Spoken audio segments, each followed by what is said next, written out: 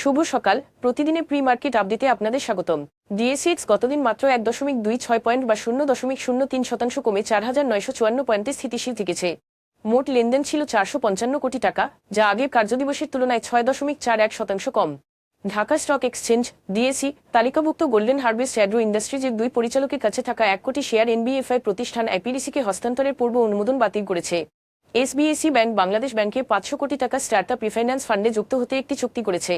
এই উদ্যোগের লক্ষ্য উদ্ভাবনকে উৎসাহিত করা এবং নতুন উদ্যোক্তা তৈরিতে অর্থায়ন বাড়ানো। লিকুইডেশনের অপেক্ষায় থাকা 9টি সমস্যাগ্রস্ত নন ব্যাংক আর্থিক প্রতিষ্ঠানের এনবিএফআই ব্যক্তিগত আমানতকারীরা ফেব্রুয়ারিতে রমজানের আগে তাদের মূল আমানত ফেরত পেতে পারেন বলে আশা করা হচ্ছে। বাংলাদেশ ব্যাংক 14টি ব্যাংক থেকে অতিরিক্ত $223.50 মিলিয়ন কেনার পর মঙ্গলবার 2 বছরের ট্রেজারি বন্ডের ফলন ইয়েল্ড কমে গেছে। এটি ডলার বাজার স্থিতিশীল রাখতে কেন্দ্রীয় ব্যাংকের চলমান হস্তক্ষেপের অংশ। এখন এ পর্যন্তই, ধন্যবাদ।